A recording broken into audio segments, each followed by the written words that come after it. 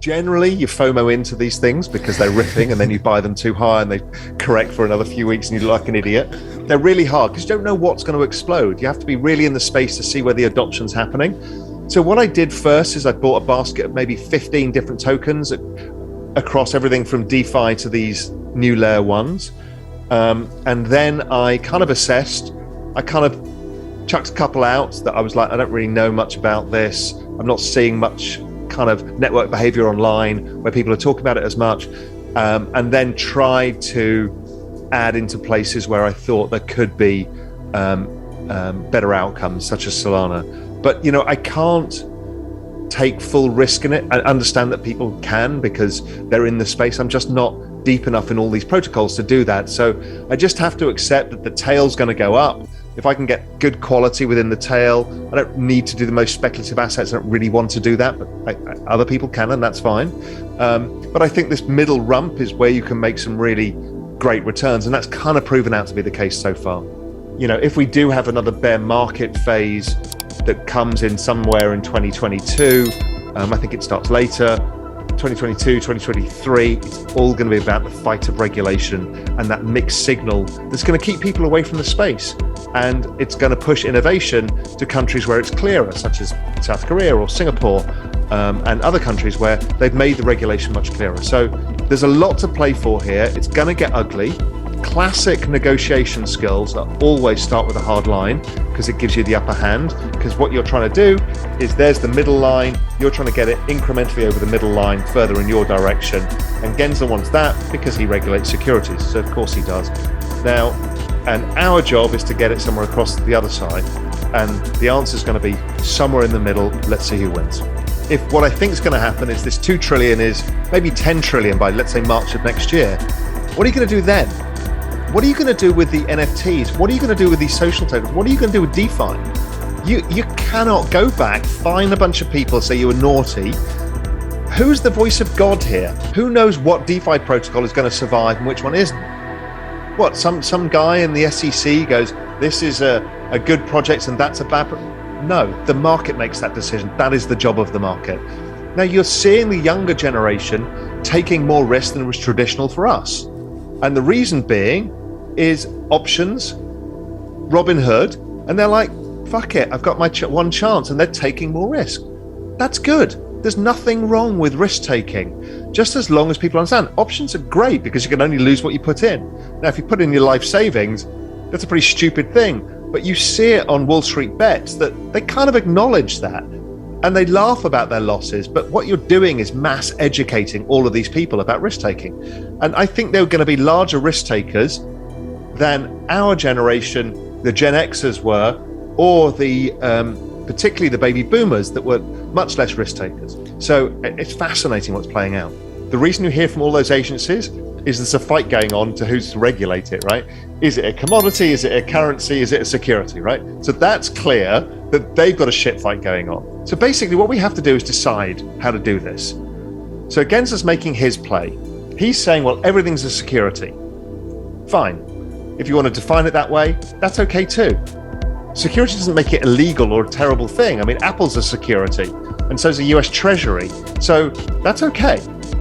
But what you're going to have to do is change what securities laws, what that means. Because if you are going to stop the pace of development and innovation, you're going to shoot yourself in the foot, and it will be arbitraged away by going to different jurisdictions.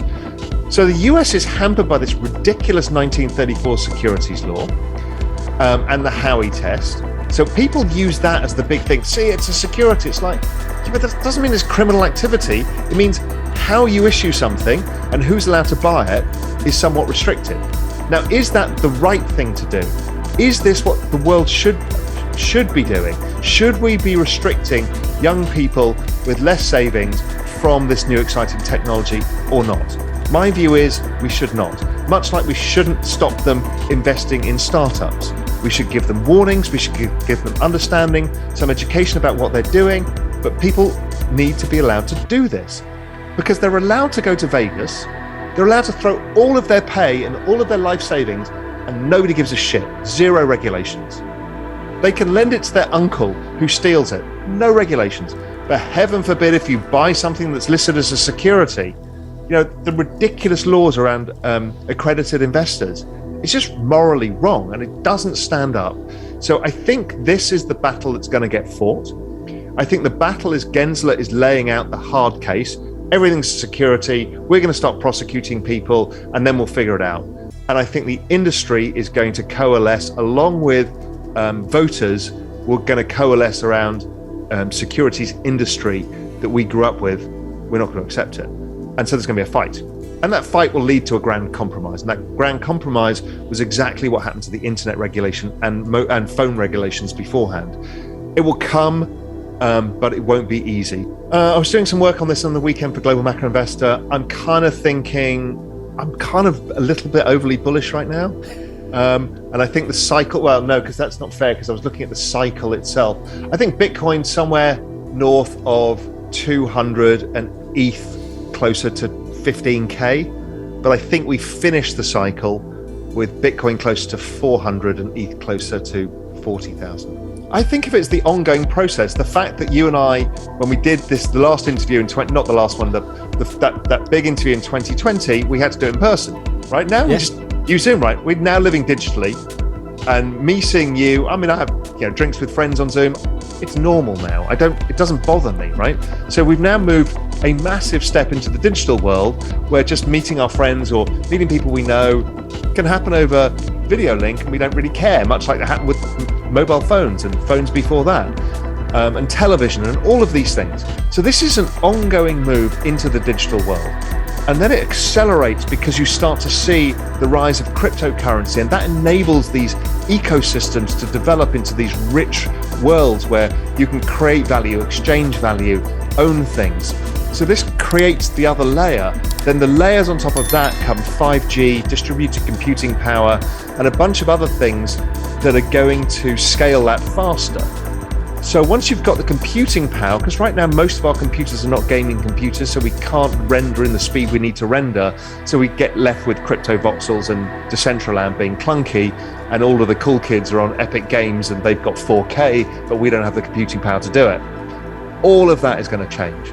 So all this is the metaverse. It gets thought of in so many ways. For me, it's like our digital fluidity, where we can live and move around in this digital space, interact with our physical space, whether it's through augmented reality, virtual reality, just normal kind of digital world, and we can kind of create lives within it. So we're creating income streams. We're seeing that with Axie Infinity right now.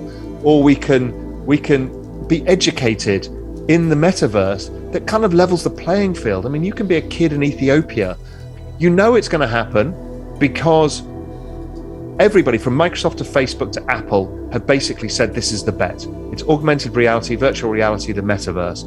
I spoke to the head of metaverse who knew there was one at AWS, and they're building out the computing power and the cloud storage abilities for all of these massive compute needs, right? So it's happening. Now, the battle is going to be, as ever, the same battle, decentralized versus centralized.